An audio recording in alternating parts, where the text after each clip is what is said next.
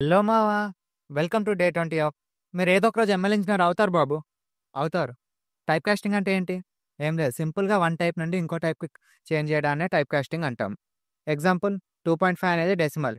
That is float value right? దీన్ని ఇంటిజర్‌కి change చేయాలి అంటే మనకి 2 వస్తది. వేరస్ 2ని ఫ్లోట్‌లోకి కన్వర్ట్ చేస్తే 2.0 సంథింగ్ వస్తది. దీన్నే టైప్ కాస్టింగ్ అంటారు. రండి ప్రాక్టికల్ ఇంప్లిమెంటేషన్ చూద్దాం.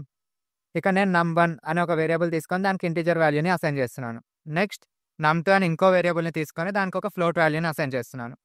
ఇప్పుడు సమ్ అనే వేరియబుల్ తీసుకొని ఆ 2 నంబర్స్‌కి యాడ్ చేసిన రిజల్ట్‌ని స్టోర్ చేసి ప్రింట్ చేస్తున్నాను. చూడండి ఇక్కడ అవుట్‌పుట్ 4.5 అని రిటర్న్ చేసింది. అంటే ఇంటిజర్ నంబర్‌ని కూడా డెసిమల్‌లోకి కన్వర్ట్ చేసుకొని ప్రింట్ చేసింది. ఇంకొక ఎగ్జాంపుల్ చూద్దామా? సేమ్ ఇవే నంబర్స్ బట్ ఈ కేస్‌లో యాడ్ చేసే ముందు ఇంట్ అని పాస్ చేస్తున్నాను. ఇప్పుడు సేమ్ యాడ్‌ని ప్రింట్ చేస్తున్నాను. ఈ కేస్‌లో అవుట్‌పుట్ ఏమొస్తది? ఏముంది 2 + 2.5 4.5 అంటారా? రండి చెక్ చేద్దాం.